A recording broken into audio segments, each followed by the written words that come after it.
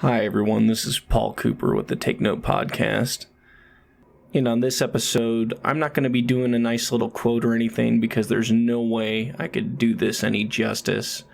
I'm just going to play the audio from the original clip. I hope you enjoy it, and then after this little intro, we're going to get into the meat and potatoes of this episode. Some things that I've noticed around my local market and what we can probably expect moving forward in the next few weeks. If you're just listening to this and not watching the video, you're probably going to miss out on some stuff because I'm going to show some different ways I got information, but you should be able to follow on and just listen and kind of understand what I'm doing. And this will help give us a good idea of what to expect in our local markets and then probably across the nation and what we should be thinking about as investors for the next few weeks and how that'll plot a course for the rest of the year and the years to come. But anyways, let's go ahead and get to this clip. I don't have to tell you things are bad. Everybody knows things are bad. It's a depression. Everybody's out of work or scared of losing their job. The dollar buys a nickel's worth. Banks are going bust. Shopkeepers keep a gun under the counter. Punks are running wild in the street, and there's nobody anywhere who seems to know what to do, and there's no end to it. We know the air is unfit to breathe, and our food is unfit to eat.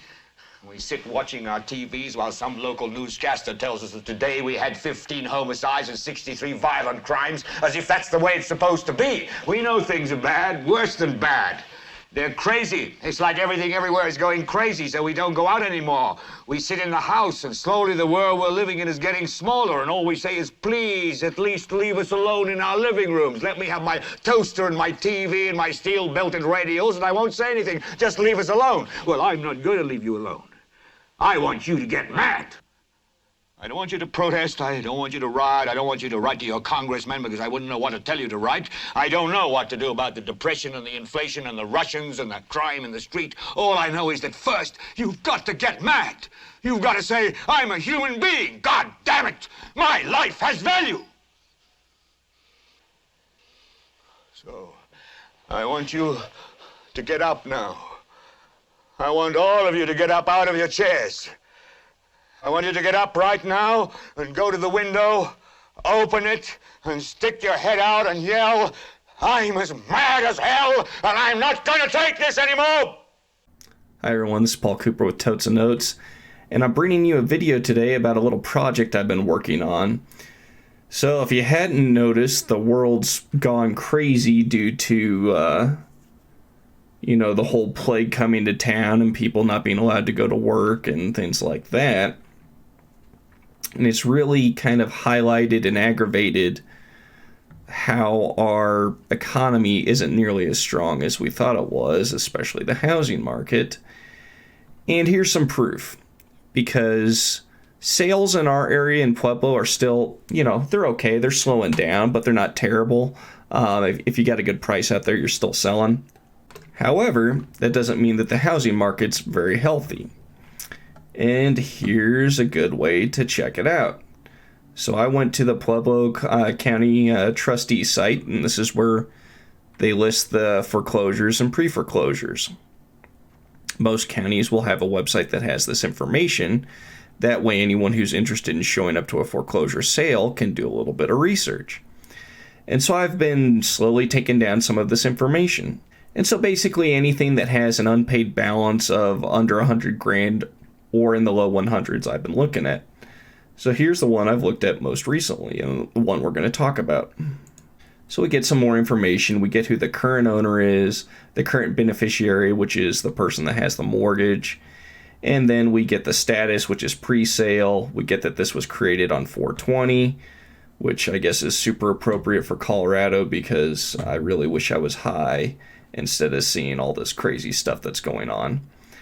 It's got the address and the legal description. And then up here, we can do print detail info.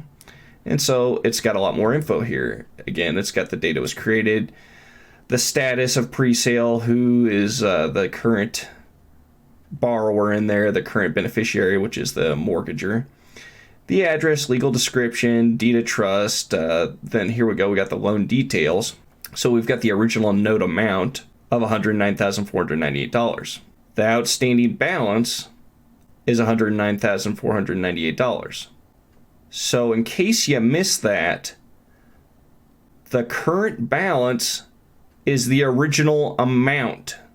So he hasn't made a payment. And then it's got attorney information. It's got the pre-sale information, like the cure intent due by date and stuff like that, which is important if you're actually, looking at this. This had me interested because this isn't the first one I've seen where the original note amount is the balance due. I was like, surely that's not true. And so we dug a little deeper. Got some information on DataTree, which is nice because then I can quickly pull up Realtor.com, Trulia, and Zillow.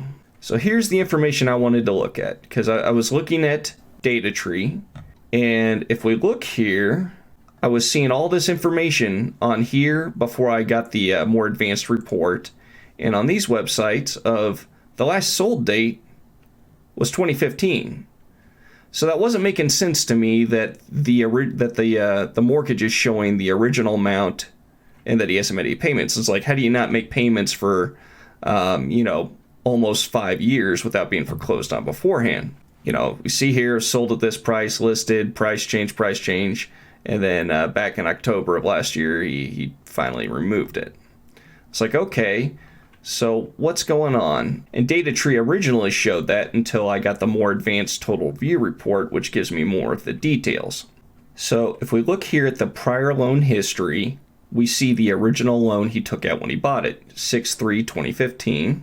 Yep, 6/3/2015. Matches up perfectly. So we know that this was the original one, which makes sense because you're generally not going to be able to stay in a home for 5 years without making a payment. But this number is not here. It's not the same. So that leads us to believe that he had to have refinanced. And with the more advanced report here, this is what we get. So he did refinance, and it looks like he refinanced back in March of 2019. So $109,498 lines up perfectly here. And then in February of this year, there was an assignment to the money source, because the original one was the Veterans Administration, the VA. And so now the money source. Boom, the money source. So cool. This is starting to make sense. So it looks like he originally had a loan. So he originally had a loan with the VA, got it refinanced, and it looks like they sold it to the money source. And so it looks like it was refinanced back in March of last year, and then he didn't make any payments. And then it was assigned in February to the money source, and now the money source is foreclosing on him. So that was kind of an interesting little rabbit hole to go down, but here's what we got to focus on. This is not the first one that I've seen in the list, and I've barely gone through the list of notes that has very little to no equity. I mean, a couple payments, a handful of payments, not even 6 months worth of payments, and it's going to foreclosure. And 4.5% interest rate isn't terrible. It's not super great, but it's middle of the road. And we've got this list here for the county. It's not a super huge list, but this is just for new foreclosure reports for March to April. So there's probably more, and we could go back and look at those. And then if you really want to see how bad it is, all right, so here's Pueblo. We'll zoom in a little bit. And if you can see the key here, we've got the defaults, homes that have gone to auction, REOs, REO sales, and short sales. Now, some of these can be multiples because they can stack up. Let's move in here. Yeah, it's not good. So all these reds are in some sort of default. The oranges are short sales, a bunch of those as well. And then we've got the greens, which are the REO sales. And then I only saw one auction on here. So that's a lot of highlighted bad color for a town of this size. Pueblo, including Pueblo West, is maybe 160,000 people, maybe a little bit more if you include the university. I think the actual town of Pueblo itself is only like 90 to 110,000. So not super small, but not big. And we've got all these loans that are in default of some sort. We've got a bunch of REOs. We've got a bunch of REO sales and a bunch of short sales. Now you may be thinking, okay, so this is Pueblo. Pueblo's not everywhere. Pueblo's a blue-collar town, and these people unfortunately aren't being allowed to go to work right now because most of this blue-collar work is probably not essential. Fair enough. Let's go check out a different town. All right, so now we're going to look at Fountain, which is a small southern suburb of Colorado Springs, in Colorado Springs. Colorado Springs is it's probably what would be considered a medium-sized town, but it's extremely fast-growing. It's been growing like crazy. Big military town. They actually got the Space Force there now. And it's a town where a lot of people that work in Denver live because the commute isn't terrible. It's about an hour, but you can get so much more home for your dollar down in Colorado Springs. So just a kind of a cool town. Super hot market. I think it's had one of the hottest markets in, not just the state and the country in the past few years. Double-digit growth for home sales for the prices. I think the first or second year I was here, it was like 19% appreciation. Just insane. So let's check out Fountain first. And Fountain's a very kind of small little suburb. So they've got a couple auctions, couple REO sales, and a bunch of defaults. Looks like there's a wave of defaults coming through there. Yep. And here, I'll even zoom in for scale since, this looks like a lot, but you can see there's a lot of homes in these neighborhoods. So it's not like it's, half or anything. So we'll go up here. Now we're in the security wide field area, which is Colorado Springs. There's Colorado Springs Airport. And boom, So I had to zoom in there because it was too much information, but you can see bunch of defaults, few auctions, few REO sales and REOs. Not seeing too much in the way of short sales yet, which kind of makes sense for Colorado Springs because they've seen such insane appreciation that why would the bank take a short sale? It's like, dude, if you've been in the house for a year, you've probably seen 15% appreciation. Just sell your house and walk away, and you may actually walk away with some of your money. The banks aren't going to give that up. Oh yeah, I'm going to do a short sale and lose 50 grand. It's like, no, we just gained 50 grand in equity due to appreciation. So even if I have to spend several months and some money fixing it up, they're going to get their money back. So that's probably not going to happen here in the Springs. But lots of REO sales and just a ton of defaults. Again, Colorado Springs, I think, has got like 600 to 700,000 people. It's a fairly decent sized town with a lot of good jobs. And we're seeing all of these defaults. So what does this mean? You're probably like, oh, well, no duh, Paul. I mean, really? There are defaults right now because, people aren't working and some people haven't been working for 2 months. It makes sense. There's going to be a lot of defaults there. The issue, the REO sales and the REOs and the short sales, because those were happening before this whole crisis was really going on, and the defaults are just going to keep increasing. So, it's sad that people don't have savings saved up, and I think it's kind of hypocritical because we keep getting told as individuals, you need to have 3, 6, 9, 12 months worth of savings saved up. Makes sense. It's nice and conservative.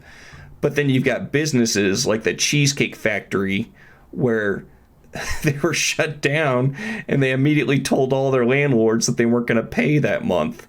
I mean, so it's acceptable for large multi-million-dollar franchises and chains to not carry enough money to make payments for 3 months. But if you're a peasant homeowner, then you need to, you're a scumbag if you don't have at least 3 months saved up, and you need to give the home back or be better.